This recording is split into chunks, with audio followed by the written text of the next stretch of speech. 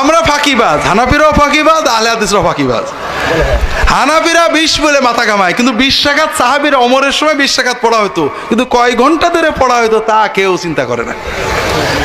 আবার আহলে হাদিস বলে নবীজি 8 রাকাত পড়েছেন। 8 রাকাত পড়েছেন, ঠিক আছে, 12ও পড়েছেন, সমস্যা নেই, কিন্তু 8 রাকাত পড়েছেন প্রতি রাতে 12 মাস, রাত 12টায় উঠে 4টে পর্যন্ত। এবং নামাজ পড়তে যে চোখের পানিতে বুক বিষিয়েছেন, পা ফুলিয়ে ফেলেছেন, কথা বোঝেননি?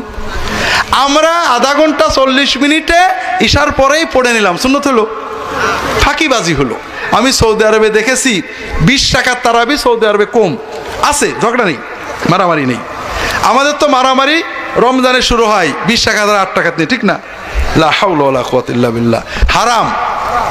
আপনার পছন্দ হলে 8 রাকাত পড়েন, 20 রাকাত পড়েন। 8 রাকাত পড়ে বেরোয় গেলেই গাল দেয়, দেয় না? দেয় না? দেয় না? আর মোটে যদি তারাবি না পড়ে, আলহামদুলিল্লাহ, আপনারা তারাবি বাদ দিয়ে দেন।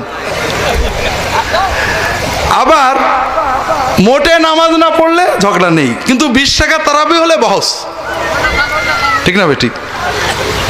এর নাম ইসলাম না, এর নাম শয়তানি।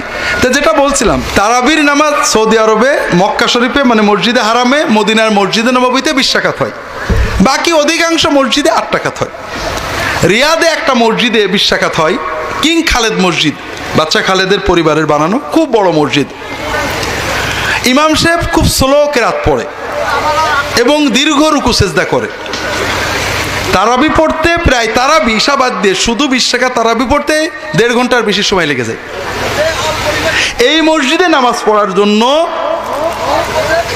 100, 150, 200 কিলো দূর থেকে আলখার দিলাম থেকে ইফতার করে গাড়ি চালিয়ে যুবকেরা, যুবক বুড়ো না, এই মসজিদে এসে ইশার আজানের আগে মসজিদ ঘুরে থাকতো। কি জন্য? ইমামের কোরআন শুনে চোখের পানি ফেলবে আর সেজদায় যেয়ে কানবে, এই জন্য। তো বড় কষ্ট লাগে ভাইয়েরা, আমরা শুধু ঝগড়াই করলাম, দিনটাকে রুহের ভিতরে নিতে পারলাম না।